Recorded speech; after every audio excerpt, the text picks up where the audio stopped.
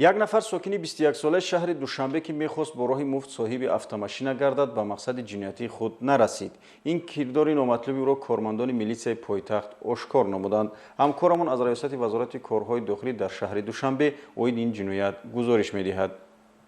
به اجازت صاحب ملک کرده بردن واسطه نقلیات از جنایت است که با امید چند لحظه اینا سوار ماشین گردیدن از جانب بعضی از نفران کوتاندیش و سبک فکر صادر می شود.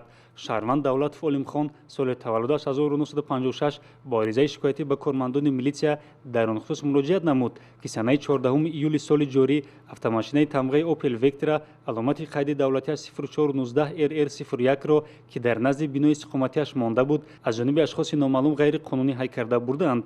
وابسته به حالت مذکور کارمندان میلیسیای پایتخت به طور اپراتیوی چاره‌های داخلدار را راهاندازی نموده در مدت 3 ساعت автомاشین نامبرده و گمانبر جنایت را معین و دستگیر نمودند. آمدم ماشین نیست. بعد در دو ما پرسیدم گفتن که مراجعت کردیم میلیسیا. ما رفتیم کارمندان میلیسیا مراجعت کردیم. آمدن جای حادثه را دیدن. در مدت 3 ساعت ماشین یافته آورده دادند. رحمت به همین کارمندان میلیسیا که خیلی نقص کار میکنند. با بردن کارکردهای اپراتیوی جستجویی از جانب کارمندان میلیسیا معین گردید که شهروند بردی فروخ سال تولدش 1998 استقامت کننده شهر دوشنبه در این جنایت دست داشته автомاشین نامبرده را تصرف کرده به سمت شهر حصار هی کرده برده است.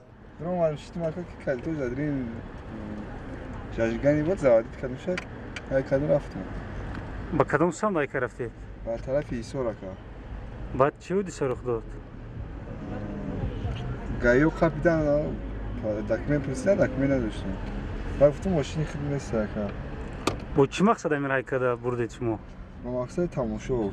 با در نظر داشت کردار جنایتی دستگیر شده نسبتش طبق طلبات قسم یکم ماده 252 کدکس جنایتی جمهوری تاجیکستان پرونده جنایتی آغاز کرده شده است.